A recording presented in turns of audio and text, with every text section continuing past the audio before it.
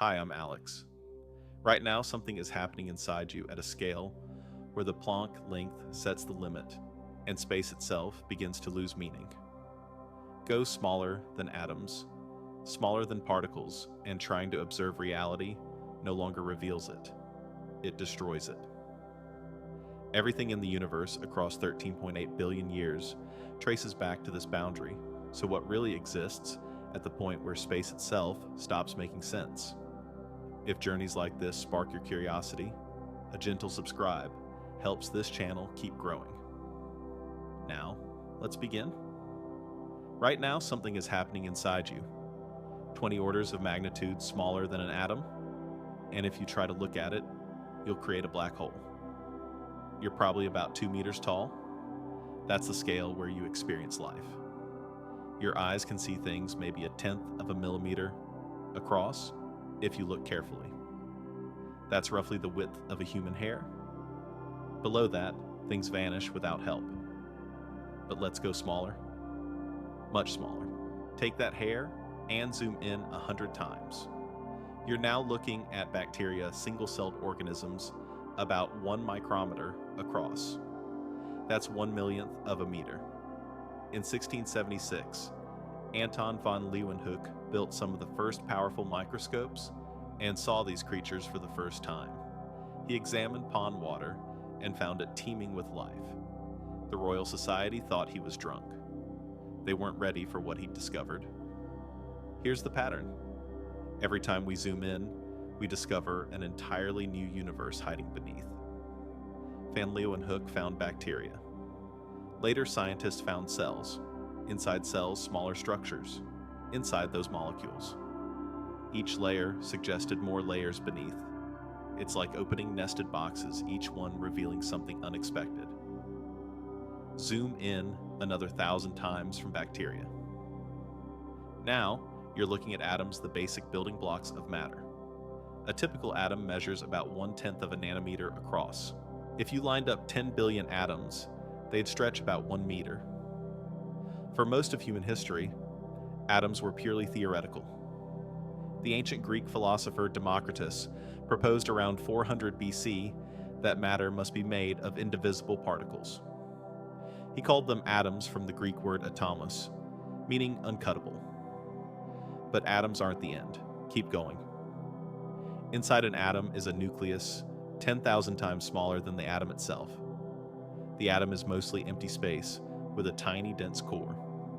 If you scaled an atom to the size of a football stadium, the nucleus would be about the size of a pea at the center. Everything else is just empty space. Inside the nucleus are protons and neutrons. And inside those quarks, particles so small they're less than 1,000th the size of a proton. We're now at scales where everyday understanding breaks down. Quantum mechanics dominates here. And then it stops. Not because our microscopes are too weak, but because the concept of smaller stops making sense. Who decided there's a limit? Why can't we go smaller forever? It's like a video game with an invisible wall. You keep trying to run forward, but your character just stands there. The universe is telling you, nope, that's enough. That wall has a name, the Planck length, and what lies behind it is the most terrifying thing science has ever discovered. Let me tell you about a number that shouldn't exist. In 1900, Max Planck was trying to solve an embarrassing problem. According to the physics of the time, a light bulb should emit infinite energy. Obviously wrong. Light bulbs don't destroy the universe. But the math kept saying they should. Planck tried something desperate. A mathematical trick so crazy, it might just work. What if energy doesn't flow smoothly? What if it comes in discrete packets like water in drops rather than a continuous stream? He introduced a constant h, the signature of the quantum world, It worked. The math stopped predicting infinity. That constant, Planck's constant, is the heartbeat of quantum mechanics. It shows up everywhere in the quantum realm. Now here's where it gets strange. Take 3 fundamental numbers that appear throughout nature's laws. Three constants that seem built into the universe's structure. First, C, the speed of light in vacuum, approximately 300,000 kilometers per second. This is the ultimate speed limit. Nothing can travel faster. It's not a practical limitation, it's built into space-time itself. Second G, the gravitational constant. This tells you how strong gravity is. And here's the funny part. Gravity is absurdly weak. A refrigerator magnet can't overcome the gravitational pull of the entire Earth. Your legs can push you up against a whole planet's gravity. That's how weak it is. Third H bar, Planck's constant divided by 2 pi. This is quantum mechanics' signature.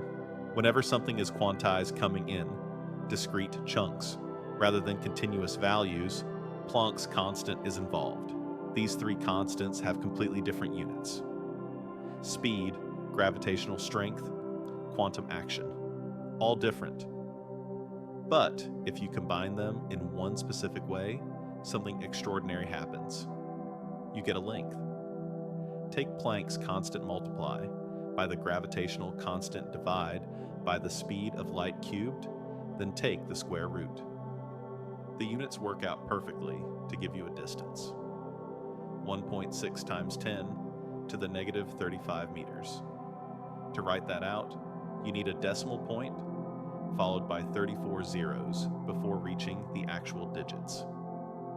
Here's a comparison that might help. If you could scale up the Planck length to the size of a grain of sand, a proton would be about as large as the observable universe. That's not an exaggeration. The question nobody can fully answer: why do 3 random numbers combine to give the limit of space? It's like mixing coffee, milk, and sugar, and somehow getting the formula for the maximum speed of a car. The universe has a very strange sense of humor. But why is this the limit? The answer lies in the most terrifying principle in physics. In 1927, Werner Heisenberg discovered something that shattered our understanding of reality. You cannot know both the position and momentum of a particle at the same time. Not because our instruments are bad. The universe forbids it. This isn't a measurement problem. It's fundamental to how reality works. Think about photographing a moving car. With a fast shutter speed, you capture exactly where the car is. The position is sharp, but you can't tell if it was moving fast or slow. The motion is frozen. With a slow shutter speed, you see the motion clearly as a blur, but you can't tell where the car was at any particular instant. This resembles the uncertainty principle, except it's not about shutter speeds. It's about the fundamental nature of quantum particles. An electron truly does not have both a precise position and a precise momentum simultaneously. They don't exist together. It's not that we don't know them yet. They literally aren't there. Here's where it connects to the Planck length. To measure a small distance, you need a probe, light, or something similar. But here's the catch: to see something small, your probe needs a wavelength smaller than what you're observing. Shorter wavelength means higher energy. Always. This is built into quantum mechanics. As you try to probe smaller and smaller distances, you need higher and higher energies. At the Planck scale, something catastrophic happens. Einstein's famous equation: energy equals mass times the speed of light squared kicks in with full force. When you concentrate enough energy in a small enough region, you don't just see what's there. You create something new. The energy itself becomes so intense that it curves space-time. It creates a black hole. Here's the paradox. To measure the Planck length, you need so much energy concentrated in such a tiny space that you create a mini black hole. And that black hole, it's larger than the distance you're trying to measure. Your measuring stick is bigger than the thing you're measuring. What exactly are you measuring at that point?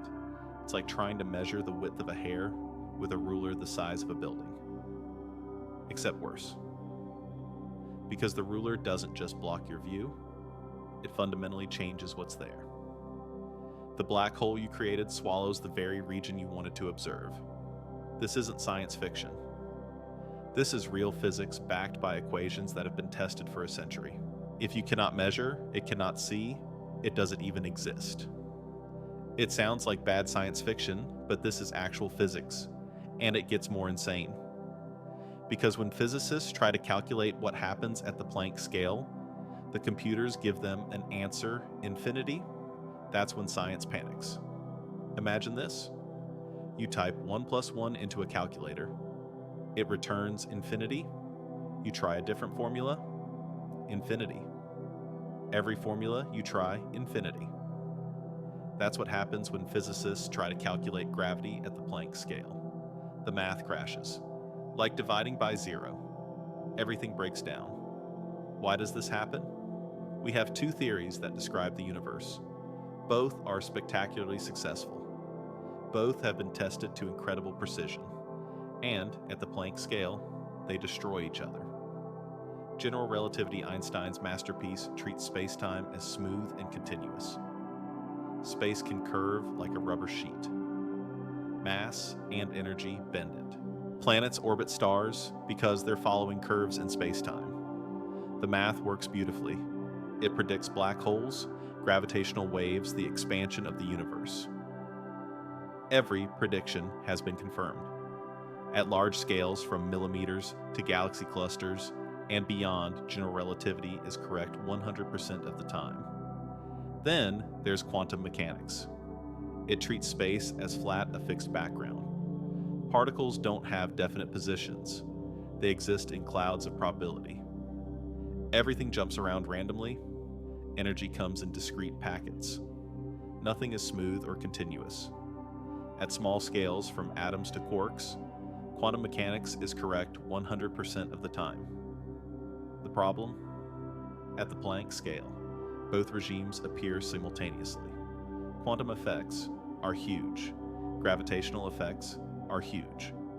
You need both theories, but they're incompatible. Einstein says space-time is smooth. Quantum mechanics says everything is jumpy. Einstein says you can measure position and momentum precisely. Heisenberg says you cannot. Einstein says space-time is deterministic. Quantum mechanics says it's probabilistic. Two perfect theories go to war. The mathematics explodes. You get infinities everywhere.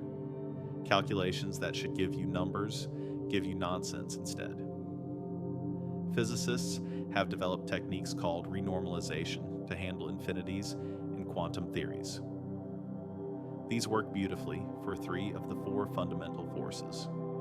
Electromagnetism, the weak force, the strong force, all play nicely with quantum mechanics. The infinities can be absorbed, swept under the rug, in a mathematically consistent way.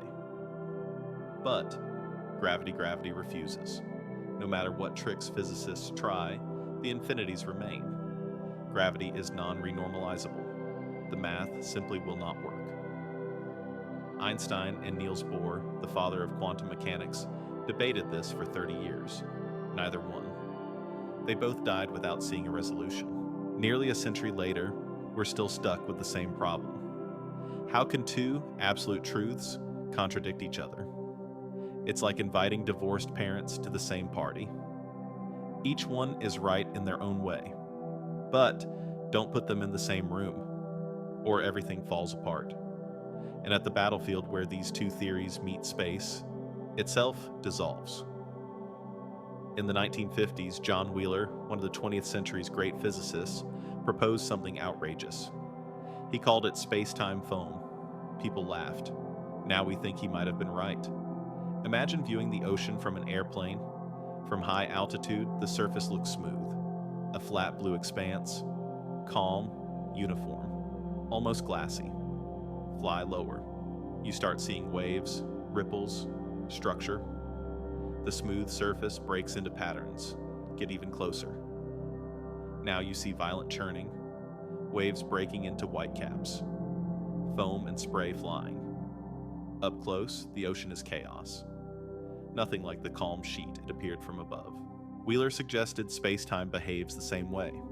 At large scales, space-time looks smooth, just as Einstein described. A geometric structure that curves gently around masses. Everything is orderly and predictable, but zoom down to the Planck scale, and space-time becomes turbulent. It foams, it churns, the smooth fabric tears apart into quantum chaos. Here's what might be happening down there. Many black holes pop into existence and vanish in 10 to the negative 43 seconds. That's one Planck time. They appear and disappear so quickly, they barely exist. They're like violent hiccups in space-time. Wormholes, tunnels connecting distant points flash open and slam shut. For an instant, two regions of space are connected. Then they're separate again. The topology of space itself fluctuates wildly. The distance between 2 points. It's not fixed. It oscillates. One moment 2 points might be a certain distance apart, the next moment completely different. The geometry itself is unstable. Your house is built on a foundation that's boiling. At the Planck scale, the distinction between space-time and matter dissolves. What we call a particle might just be a quantum black hole under certain circumstances. The boundary between matter and space-time geometry blurs. We're used to thinking of them as different things. Matter exists in space. But at the fundamental level, this separation might not hold. Space might not be made of space. It might emerge from something else, something more fundamental that we don't have good language for yet. Quantum information, perhaps, or pure geometry without substance, or patterns in something we haven't imagined. If space itself is unstable, what are we standing on? Your reality is basically a rug floating on a boiling ocean. Sleep well? But some scientists claim they know what's happening down there. Two theories, two paths to truth, and one of them says the universe is music. What do you, me, stars, and everything else have in common? We're all music. In the 1960s, physicists were studying the strong nuclear force, the glue that holds atomic nuclei together. The math wasn't working. Standard approaches kept failing. Then someone noticed something strange in the equations, a peculiar pattern that didn't make sense if particles were points. What if particles aren't points at all? What if they're tiny strings? The idea sounds absurd, but when physicists worked out the math, something extraordinary emerged. Imagine strings so small, they're about 1 Planck length long. These strings vibrate, and depending on how they vibrate, they appear as different particles. An electron is a string vibrating in pattern A. A quark is the same string vibrating in pattern B. A photon is pattern C. It's like a guitar string. The same physical string produces different notes depending on how it vibrates. Pluck it near the bridge, you get a bright tone. Pluck it near the middle, you get something deeper. Same string. Different vibrations, different sounds. String theory proposes the same thing happens at the Planck scale. There's one fundamental type of string, but it can vibrate in countless patterns. Each pattern corresponds to a different particle type with different properties. Everything in the universe, every particle we've ever detected, is just a different vibration of the same underlying string.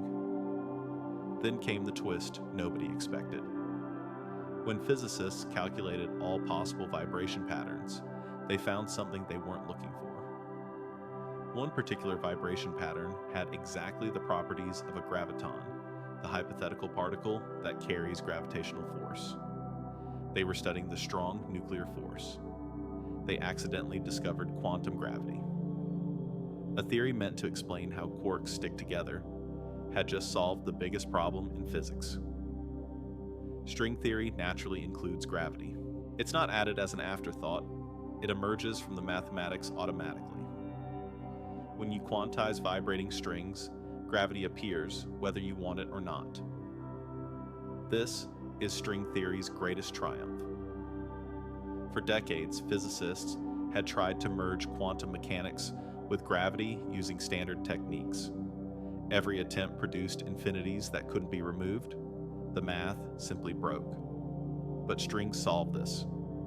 The extended nature of strings, their length, rather than being points, smears out interactions in a way that eliminates the infinities. String theory is mathematically consistent. It works. But here's where it gets weird. For the math to work, for the theory to be consistent, strings can't vibrate in just the 3 dimensions of space we experience. They need more room. Depending on which version of string theory you're working with, you need 10 or 11 total dimensions. That's 9 or 10 dimensions of space, plus 1 dimension of time. Where are these extra dimensions? We experience 3 spatial dimensions: up and down, left and right, forward and backward. We don't experience 6 or 7 additional directions. So where are they hiding? String theorists propose that the extra dimensions are compactified, curled up into tiny shapes, so small we can't detect them directly. Imagine a garden hose. From far away, it looks one-dimensional. You can only move along it forward or backward. But if you are an ant on the surface, you discover another direction. You can also walk around the hose's circumference. This second dimension is curled so small that from a distance you don't notice it. String theory proposes something similar, but with more dimensions. At every point in our 3-dimensional space, there are 6 or 7 extra tiny dimensions curled into complex geometric structures called Calabi-Yau manifolds. These are mathematical objects with specific properties that ensure the symmetries string theory requires. The geometry of these hidden dimensions isn't arbitrary. Different shapes correspond to different physics. Think of musical instruments. A trumpet, violin, and drum all vibrate air to produce sound, but their shapes determine which notes they can play. Similarly, the shape of the extra dimensions determines which particles exist in our universe and what their properties are. This is exciting because it means string theory might explain why we have the particles we do.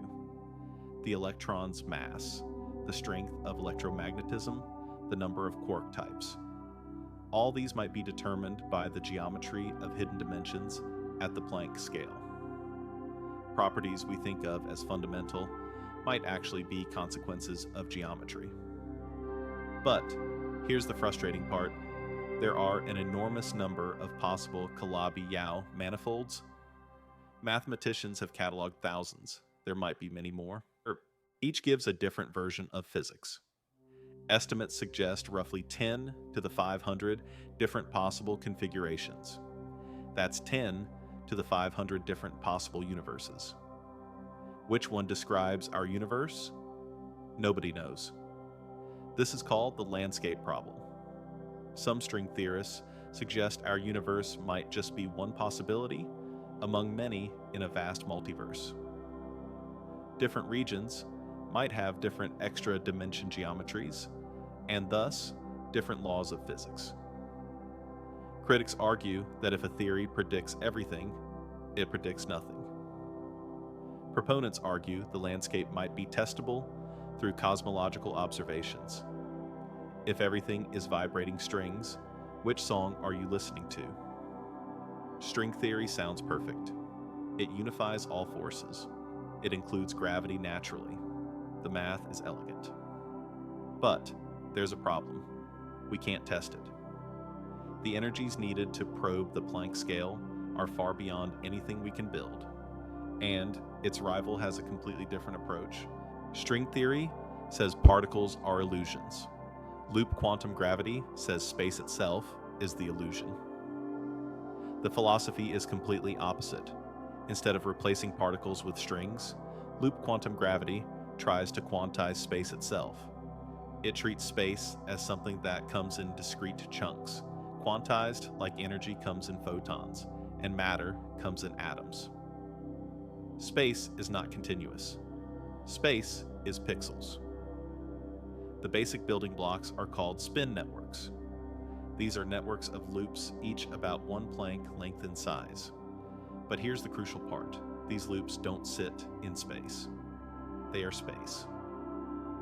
There's no background space-time in which the loops exist.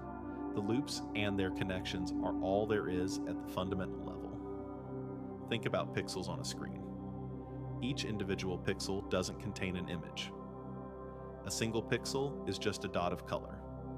But arrange millions of pixels properly, and an image appears. The image emerges from the collective behavior of pixels. No individual pixel looks like the whole picture.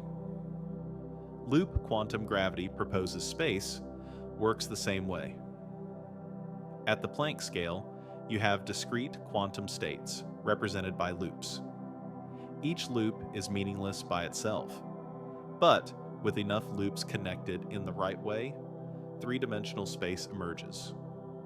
The space we experience, the arena where physics happens, is not fundamental. It emerges from these quantum networks. In this theory, area and volume have minimum values. Area is quantized in units proportional to the Planck length squared. Volume is quantized in units proportional to the Planck length cubed. You cannot have half a Planck length. It doesn't make sense. It's like trying to have half a pixel. The concept breaks down. Imagine fabric. From a distance, it looks smooth and continuous. Examine it closely, you see individual threads woven together. The threads are discrete. You can count them, but from normal viewing distance, the threads blend and the fabric appears continuous. Loop quantum gravity says space is similar. At large scales, it appears smooth, just as Einstein described in general relativity. But zoom down to the Planck scale, and you see the discrete structure. Space is grainy, not smooth. Here's what makes this approach appealing. It doesn't require extra dimensions. It works in the 3 space dimensions, and one time dimension we actually observe. You don't have to explain where 6 hidden dimensions are hiding, or why we can't detect them. The theory takes the dimensions we see and quantizes the geometry directly. But loop quantum gravity doesn't naturally include the other forces. String theory tries to unify everything into one framework. Loop quantum gravity focuses specifically on gravity and space-time structure. To describe electromagnetism, the weak force and the strong force you need to add matter fields on top of the quantum geometry. It's possible, but it's not as unified as string theory's approach, where everything emerges from vibrating strings. The mathematics is based on a formulation of general relativity developed by Abhay Ashtekar in 1986. This formulation makes the theory easier to quantize. Instead of working with space-time curvature directly, you work with loops of gravitational field lines. When you apply quantum mechanics to these loops, they can only take certain discrete values, like energy levels in an atom. This leads to dramatic predictions about black holes and the early universe. In general relativity, when matter collapses to form a black hole, it creates a singularity at the center, an infinite density point where the laws of physics break down. Similarly, if you extrapolate the Big Bang backward, general relativity predicts a singularity at the beginning where all matter and energy compress to infinite density. Loop quantum gravity suggests quantum effects resolve these singularities. Instead of infinite density matter reaches Planck scale densities about 10 to the 96 kilograms per cubic meter. Then quantum geometry effects create a repulsive pressure. This pressure has no classical analog. It appears only at extreme densities near the Planck scale. It's not thermal pressure from particle motion. It's not degeneracy pressure from quantum statistics. It's geometric pressure from spacetime's quantum structure. In black holes, the center might not be a singularity, but a region of highly curved yet finite density space. When matter collapses, it bounces at Planck density. Some calculations suggest this might create a white hole, a time-reversed black hole that expels matter, possibly into another region of space-time or even another universe. In cosmology, the Big Bang might not be a singularity either. It might be a bounce. The universe could have contracted from a previous phase, reached Planck density, then bounced into the current expansion. This is loop quantum cosmology. The universe didn't begin, it transitioned. There was a universe before ours, expanding at first, then contracting. It contracted for perhaps billions or trillions of years until reaching Planck scale densities. Then quantum gravity kicked in and caused the bounce. If space is just an illusion, what is reality? String theory says everything is music. Loop quantum gravity says everything is Minecraft. Physicists ask, who's right? The answer might be yes. Two theories. They can't both be right, but both predict something incredible happens at the Planck scale. And maybe, just maybe, we can test it. Rewind the Big Bang. The universe gets smaller, denser, hotter. Keep going backward through time. Galaxies merge, stars dissolve, atoms break apart. Eventually you reach a moment so extreme that our understanding collapses. 10 to the negative 43 seconds after the beginning, the Planck epoch. At this moment, the entire observable universe, everything that would one day become 93 billion light years of space, filled with hundreds of billions of galaxies, was smaller than the Planck length. Everything we can see with our most powerful telescopes was compressed into a region smaller than the smallest possible distance. The temperature was 10 to the 32 Kelvin, the Planck temperature, so hot that the concept of temperature itself starts breaking down. Temperature is the average kinetic energy of particles. But at the Planck epoch, there were no particles as we know them. No electrons, no quarks, no photons. Just pure quantum gravitational chaos. All four fundamental forces were unified. There was no distinction between gravity, electromagnetism, the strong nuclear force, and the weak nuclear force. They were all aspects of one unified force. Space and time, as we understand them, didn't exist in familiar form. What happened during the Planck epoch? Honestly, we don't know. We lack the tools to calculate. We don't have a complete quantum gravity theory. It's like asking people in the 1800s to describe nuclear physics. They didn't have the framework. We're in a similar position. Different quantum gravity theories give different answers. Loop quantum gravity suggests the Planck epoch might have been a bounce from a previous contracting universe. Before the Big Bang, there was a big crunch. The previous universe collapsed, reached Planck density, then quantum geometry effects reversed the collapse into expansion. The Big Bang wasn't a beginning. It was a transition. String theory offers a different picture. Perhaps the Planck epoch involved collisions between brains' higher dimensional surfaces embedded in even higher dimensional space. Our three-dimensional universe might be a brain. When it collided with another brain, the energy released became the Big Bang. Each collision resets the universe, starting a new cycle. The Hartley-Hawking proposal suggests something stranger. Time itself begins at the Big Bang. There is no before. Near the Big Bang, the distinction between space and time blurs. Time becomes space-like. Asking what happened before the Big Bang is like asking what's north of the North Pole. The question doesn't make sense because the time direction ends. We don't know which picture is correct. Maybe none of them. But one thing seems certain: the Planck epoch was the most extreme moment in cosmic history. Then, at about 10 to the negative 30 seconds after the Big Bang, something extraordinary happened. Inflation. The universe suddenly expanded, not gradually like it's expanding now, exponentially. In a fraction of a second, the universe grew by a factor of at least 10 to the 30. A region smaller than an atom became larger than the observable universe today. Why did this happen? The leading theory involves a field called the inflaton. This field had high energy in the early universe. That energy drove exponential expansion.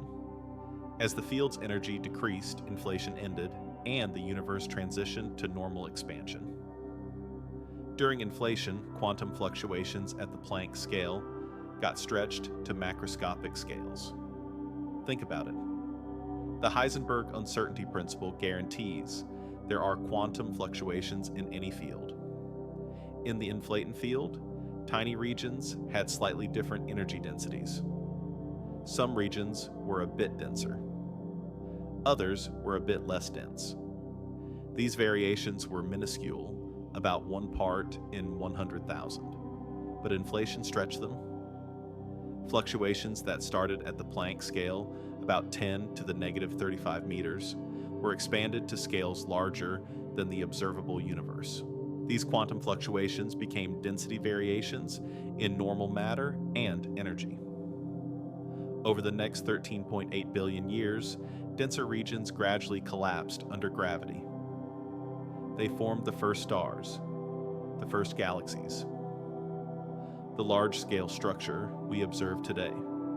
Every galaxy, every cluster, every supercluster traces its origin back to quantum fluctuations at the Planck scale during inflation.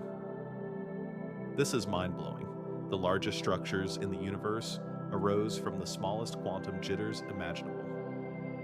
The Planck length connects directly to galactic scales. Quantum mechanics at the tiniest distances determine the arrangement of matter across billions of light years. How do the smallest quantum jitters create the largest galaxies? If this sounds insane, you're right. Because this is where the story connects the Planck length to the entire cosmos. The tiniest and the largest scales are linked through cosmic history. What happens at the Planck scale doesn't stay at the Planck scale. It echoes through time and space, shaping everything we see. But can we test any of this?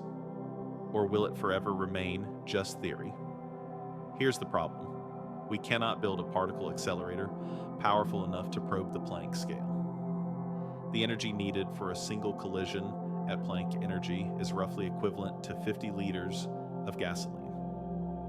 That doesn't sound like much, but that's the energy concentrated in a region smaller than a proton. Current accelerators are nowhere close. The Large Hadron Collider reaches energies about 14 orders of magnitude below Planck energy. Building a Planck-scale accelerator would require a ring the size of the galaxy. We're not doing that anytime soon. The solution. The universe is a giant laboratory. Consider gamma-ray bursts. These are some of the most energetic events in the universe possibly, from colliding neutron stars or collapsing massive stars.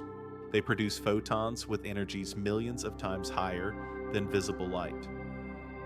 When a gamma-ray burst occurs billions of light years away, those photons travel through space for billions of years before reaching Earth. Now, some quantum gravity theories predict that the speed of light might depend slightly on photon energy. In standard physics, all photons travel at exactly the same speed in vacuum. Red light, blue light, gamma rays all move at light speed. But if space-time has a discrete structure at the Planck scale, higher energy photons might interact with that structure differently than lower energy photons. The effect would be incredibly tiny. We're talking about speed differences of perhaps 1 part in 10 to the 30 or smaller. Completely unmeasurable in a laboratory, but photons from gamma-ray bursts have been traveling for billions of years. Even tiny speed differences accumulate over these enormous distances and times. If light speed depends on energy, photons of different energies emitted simultaneously would arrive at Earth at slightly different times. High energy photons might arrive a few milliseconds before or after low energy photons despite being emitted in the same burst. Astronomers have studied dozens of gamma-ray bursts, carefully measuring arrival times of photons at different energies. The result, no consistent energy-dependent speed of light has been detected. All photons, regardless of energy, arrive at the same time within measurement precision. This rules out certain quantum gravity theories.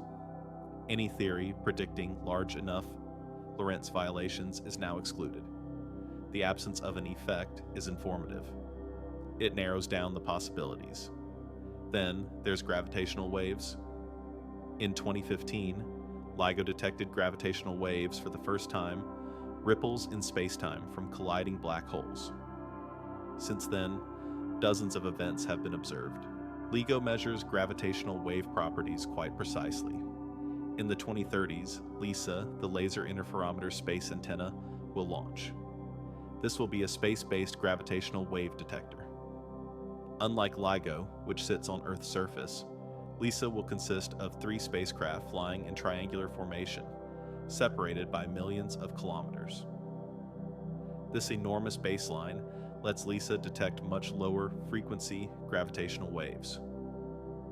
LIGO detects waves from stellar mass black hole mergers. LISA will detect waves from supermassive black hole mergers in distant galaxies. More importantly, LISA might detect primordial gravitational waves from the very early universe. If inflation occurred, it should have produced gravitational waves from quantum fluctuations in spacetime itself during the inflationary epoch. These waves would carry information about physics at energy scales approaching Planck energy. By measuring them, we'd learn the energy scale of inflation. If inflation happened near Planck energy, we'd have observational evidence for quantum gravity. Different inflation models predict different amplitudes and frequencies for primordial waves. Detecting them would distinguish between models and constrained quantum gravity theories. The cosmic microwave background also holds clues.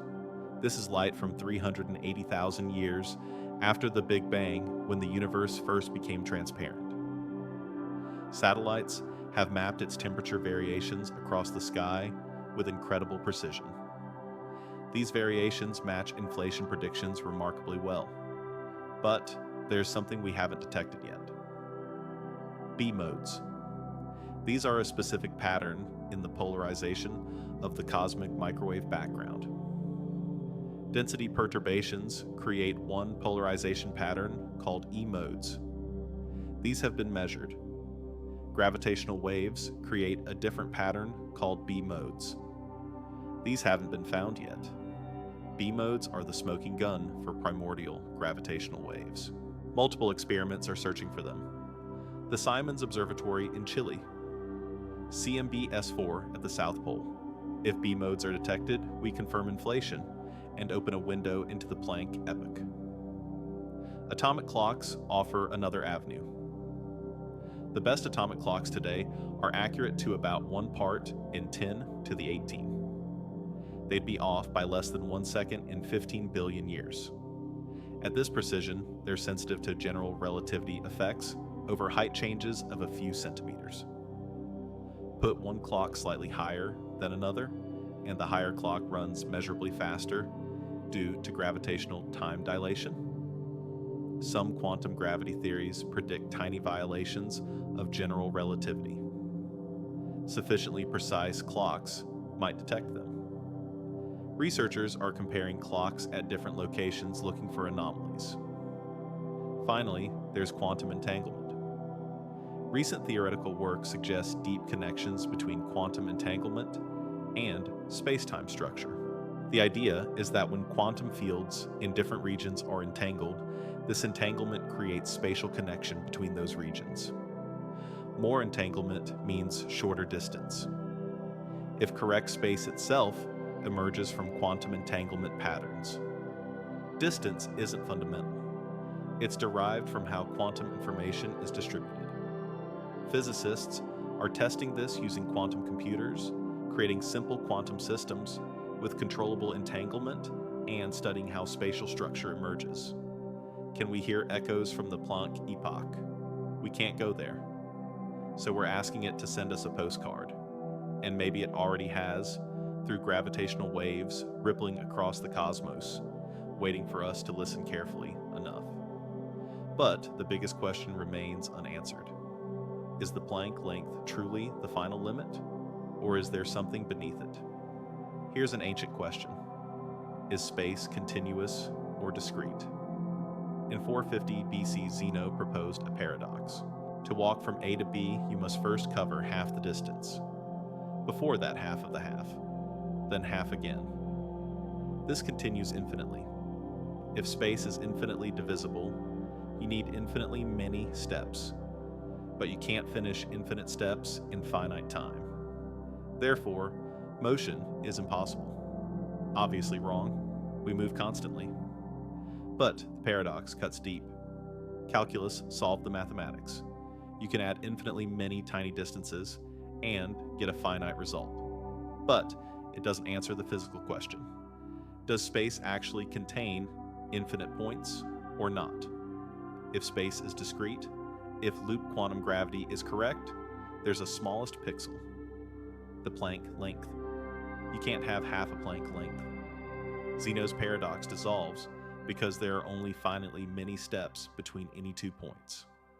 Space would be like a screen, from far away smooth, up close pixels. If space is continuous, as some string theory versions suggest, infinite points exist. But strings provide a cutoff. Since they're Planck length-sized, they can't probe smaller distances. Effectively, there's still a minimum. But recent work suggests something stranger. What if space isn't fundamental at all? The idea comes from quantum entanglement. When quantum fields in 2 regions are strongly entangled, those regions are close together. Weak entanglement means far apart. Distance isn't fundamental. It's a byproduct of quantum information patterns. Think of social networks. 2 people with many mutual friends are socially close even across continents. Physical distance might emerge from entanglement patterns the same way. Physicists test this with quantum computers. They create systems where entanglement is controlled, then check if spatial structure emerges. These are toy models, but results are encouraging. If correct, space is an illusion. At the deepest level, just quantum information. Space emerges when you have enough arranged properly. If space isn't real, what does real even mean? Look at your hand. It appears solid. It has weight substance. It seems undeniably real. But physics says your hand is 99.9999999% empty space. Remove all the emptiness, and your entire body would be smaller than a grain of sand. The part that isn't empty, atoms. But atoms are mostly void too. A tiny nucleus. Electrons at vast distances. Between them, nothing. Zoom into the nucleus. Protons and neutrons. Further. Quarks. At the bottom, Planck scale, quantum foam. You are not solid matter. You are a pattern. If string theory is right, you're a symphony. Every particle is a vibrating string. Different vibrations create different notes. Your electrons sing one melody. Your quarks another. If loop quantum gravity is right, you're pixels. A configuration of spin networks woven together. Either way, you're not stuff. You're information arranged in a pattern. Here's something stranger. Every atom in your body gets replaced every 7 to 10 years. The calcium in your bones, carbon in your DNA, iron in your blood, all cycles through. You eat, atoms arrive. You exhale, atoms leave. You're not the same atoms as a decade ago. Yet, you're still you. How? Because you're not the atoms, you're the pattern. The pattern persists while material constantly changes, like a whirlpool in a river. Water flows through, but the whirlpool remains. That pattern is written in Planck scale ink. At the deepest level, the boundary between you and the universe blurs. Your atoms came from exploded stars.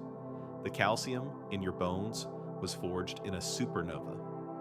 You're made of stardust, literally. The quantum fields composing you are the same fields composing everything else. You're not separate from the universe. You're a localized pattern in its quantum fields. You're the universe experiencing itself. The Planck length is reality's resolution. Everything you think, everything you feel, emerges from quantum processes at that scale. Your thoughts are electrochemical signals. Zoom down far enough, they dissolve into quantum field fluctuations at the Planck scale. Consciousness itself somehow emerges from Planck scale physics. We don't understand how, but it must, because everything physical reduces there eventually. You're a ghost in a machine made of 99.99999%, nothing floating in quantum foam. And you worry about work deadlines. This story started with the smallest number, but it ends with the biggest question. Why spend decades studying something we can never see, not for technology? The Planck scale might never lead to useful devices. That's not the point. The point is understanding reality at its deepest level. The Planck length is the final frontier of knowledge. Beyond it lie answers to humanity's most profound questions. How did the universe begin? Does time have a starting point? Are there other universes? What is reality fundamentally? Who are we? Consider the journey. For most of history, humans measured with hands and feet. Then microscopes revealed bacteria, then atoms, then quarks. Now we understand 10 to the negative 35 meters. 35 orders of magnitude smaller than human scale. We are creatures made from Planck scale quantum foam, evolved to understand the very thing that created us. That's a miracle. For 13.8 billion years, nothing in the universe understood how it worked. Stars fused hydrogen without knowing what hydrogen was. Galaxies rotated without understanding gravity. Then matter arranged itself into patterns complex enough to think, to wonder, to understand. Were the universe knowing itself, the next decade will be crucial. LISA launching, new colliders planned, B-mode experiments getting sensitive, quantum computers advancing. We might detect quantum gravity evidence, or we might not. The universe doesn't owe us answers on our timeline, but the journey itself matters. Every question answered opens 10 new ones. That's not a bug. That's how science works. The Planck length reminds us of two things. First, there are limits to knowledge. Second, those limits don't stop us from understanding. We can comprehend things we cannot see through reasoned mathematics observation. We've never seen an atom directly, never seen inside a black hole, never witnessed the Big Bang. Yet we understand them through theory and indirect evidence. The Planck scale is the same. Every time you look at your hand, remember, inside is a hidden universe. 35 levels down, at the bottom, where space dissolves into quantum foam, is where the story truly begins. That's the boundary. That's the secret. That's the Planck length.